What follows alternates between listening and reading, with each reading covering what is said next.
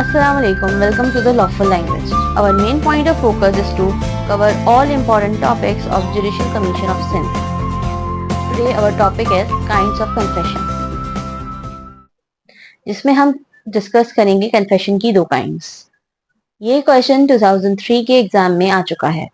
जैसा कि हमने पिछली वीडियो में डिस्कस किया था कि हम आगे पढ़ेंगे जुडिशियल कन्फेशन और एक्स्ट्रा जुडिशियल कन्फेशन, और मैंने पहले भी बताया कि ये सवाल बहुत इंपॉर्टेंट है और पास पेपर में आ चुका है।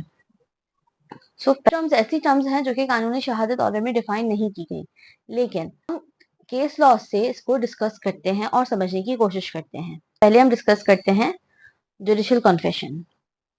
जुडिशियल कन्फेशन एक ऐसा कन्फेशन है जो कि कोर्ट या मैजिस्ट्रेट के आगे रिकॉर्ड किया जाए, और ये पूरे लीगल प्रोसीजर के साथ रिकॉर्ड किया जाए। जो कंडीशंस सेक्शन 37 से 39 तक बताई गई हैं वो सारी फुलफिल की जाए।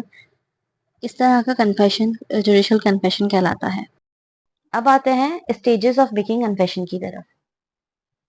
अंडर सेक्शन 164 कन्फेशन कर सकते हैं ड्यूरिंग इन्वेस्टिगेशन या बिफोर इंक्वायरी या बिफोर ट्रायल। और अगर हम बात करते हैं सेक्शन 364 की, तो 364 ये कहता है कि कन्फेशन हम कर सकते हैं ड्यूरिंग ट्रायल या आफ्टर इन्वेस्टिगेशन। मान लीजिए कि ए एक अक्यूज है जिसने बी को कत्ल कर दिया और वो मैजिस्ट्रेट के आगे कबूल कर लेता है, तो उसने कन्फेस किया अंडर सेक्शन 164। अगर हम डिस्कस करें rule of caution regarding judicial confession, caution का मतलब होता है एहतियात, कि जब प्रोसिक्यूशन डिमांड करे कन्विक्शन तो हमें क्या एहतियात देखनी चाहिए, क्या चीजें हैं जो हमें एहतियातन देखनी चाहिए।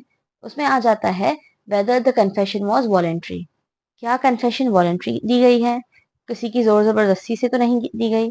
Weather it finds corroboration with any confession before it, क्या ये कन्फेशन कोरबोरेट करती है किसी भी कन्फेशन से जो इससे पहले दी गई हो, या कोई इसका एविडेंस या कुछ भी चीज जो इसको वेरीफाई करती हो, क्या ऐसी चीज मौजूद है, ये हमें देखना जरूरी है कन्विक्शन से पहले।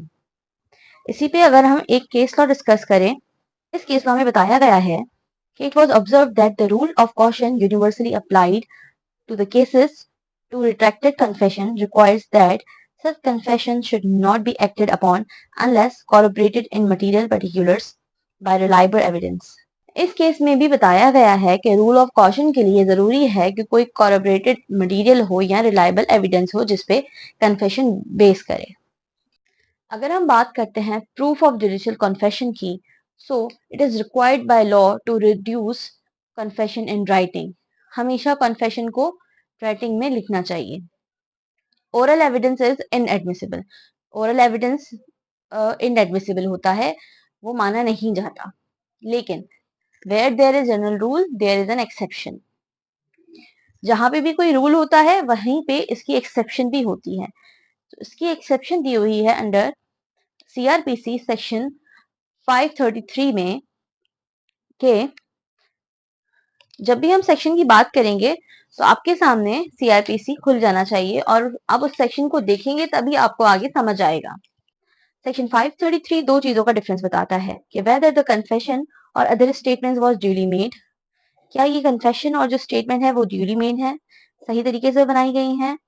वेदर द कन्फेशन और the statement duly made was properly recorded, क्या जो कन्फेशन ड्यूली मेड है, अगर 164 के तहत जो भी चीजें उन्होंने फॉलो की हैं, जो कन्फेशन की कंडीशन थी जैसे कि वॉलंटरी होना, ट्रू होना, ये सारी उनकी जो कंडीशन थी, क्या वो फुलफिल करके कन्फेशन बनाया गया है।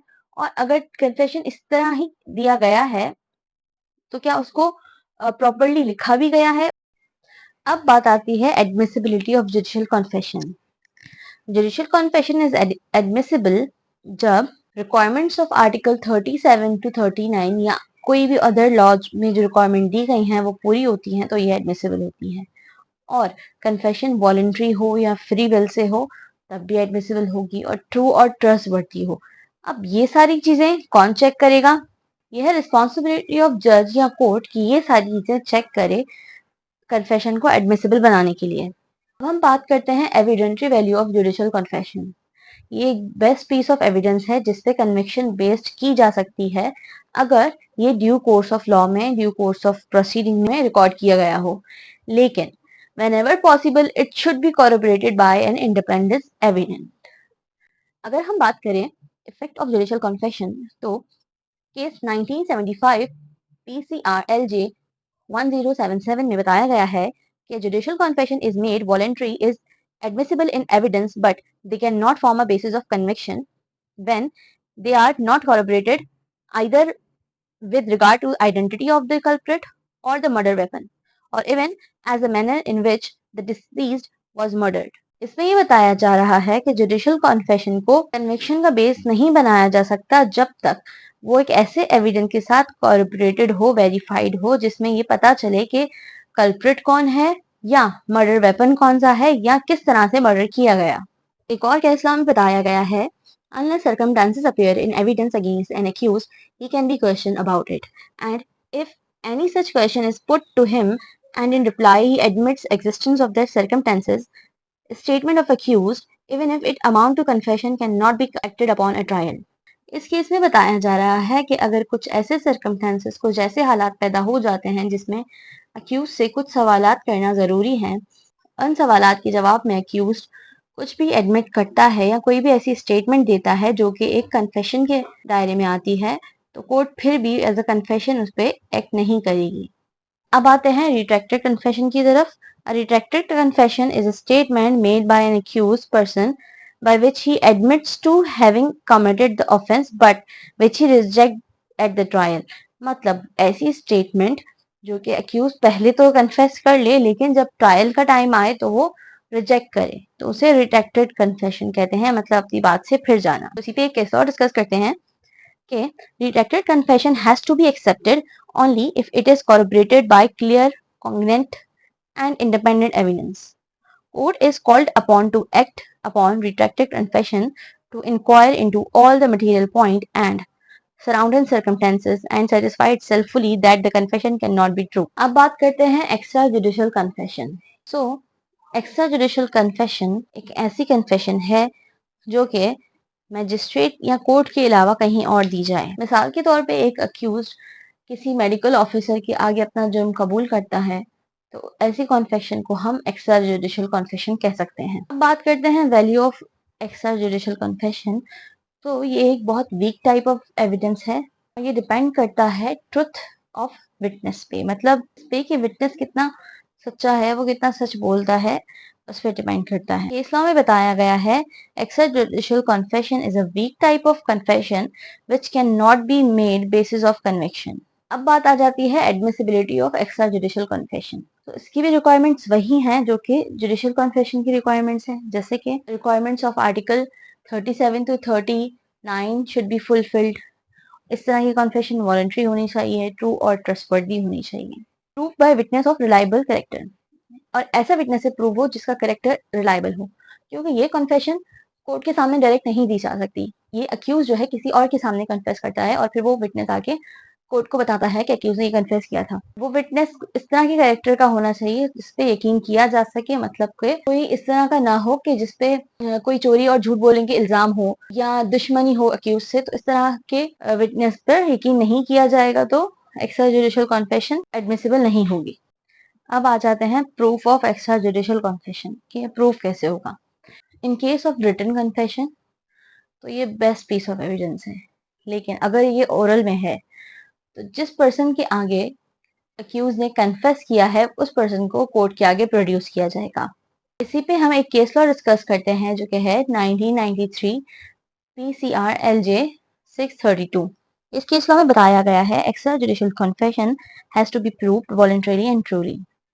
It must be proved by evidence of unimpeachable character, free from contradiction and infirmities, which may credit its reliability. इसका मतलब है कि एक्स्ट्रा जुडिशियल कॉन्फेशन को एक सही तरीके से प्रूव करना चाहिए. इसमें जो भी अनइम्पीचेबिलिटी है, कॉन्ट्रडिक्शंस हैं, उनको रिमूव करके प्रूव करना चाहिए और जो पर्सन इसे बना रहा है उसकी भी क्रेडिबिलिटी और रिलायबिलिटी चेक की जाए और फिर ही उसे एडमिसिबल माना जाए. अब बात करते हैं रूल ऑफ कॉशन की कि एहतियाती असूल क्या हैं. सो एहतियाती असूल ये हैं कि कन्फेशन वॉलंटरी होनी चाहिए, किसी की जोर ज़बरदस्ती के बिना होनी चाहिए और ये ट्रू हो. Words of maker correctly reproduced हो, मतलब जिस तरह मेकर ने कन्फेस किया है, कन्फेस करने वाले ने, वर्ड्स भी वैसे ही सही तरह से बताए जाएं, बयान किए जाएं। अनबायस विटनेस हो, अनबायस विटनेस का मतलब है जो विटनेस हो, जो रिप्रोड्यूस करे उस कन्फेशन को, वो किसी तासुब में मुब्तला ना हो अक्यूज से। अगर आ जाते हैं एविडेंटरी वैल्यू की तरफ, तो extra judicial confession carries lesser weightage because of following reasons. कुछ रीजन है जिसकी वजह से इनकी एविडेंटरी वैल्यू ज्यादा नहीं है। इसकी वजह ये है कि exact words can not be known, मतलब कि जिस वर्ड्स में कन्फेशन की गई है बिल्कुल वैसे वर्ड्स पता नहीं चल सकते। विटनेस में हैव मिसअंडरस्टूड, हो सकता है कि जो विटनेस उसे रिप्रोड्यूस कर रहा हो उसे सुनने में कुछ गलती हुई हो या समझने में कुछ गलती हुई हो। विटनेस में नॉट हैव रिमेम्बर्ड, हो सकता है कि जो विटनेस है वो भूल गया हो कुछ वर्ड्स या कुछ बातें। वर्ड्स यूज इन कन्फेशन में have more than one meaning, हो सकता है अक्यूज ने जो बात कही हो उसका कुछ और मतलब हो और जो विटनेस उससे सुनने वाला है उसने कुछ और समझा हो सकता है इस बात के और ज्यादा मीनिंग निकलते हो। तो इस तरह का कन्फेशन की कोई इतनी ज्यादा वैल्यू नहीं होती। हाउएवर कन्विक्शन में be still based on it, लेकिन कन्विक्शन फिर भी इस पे हो सकती है।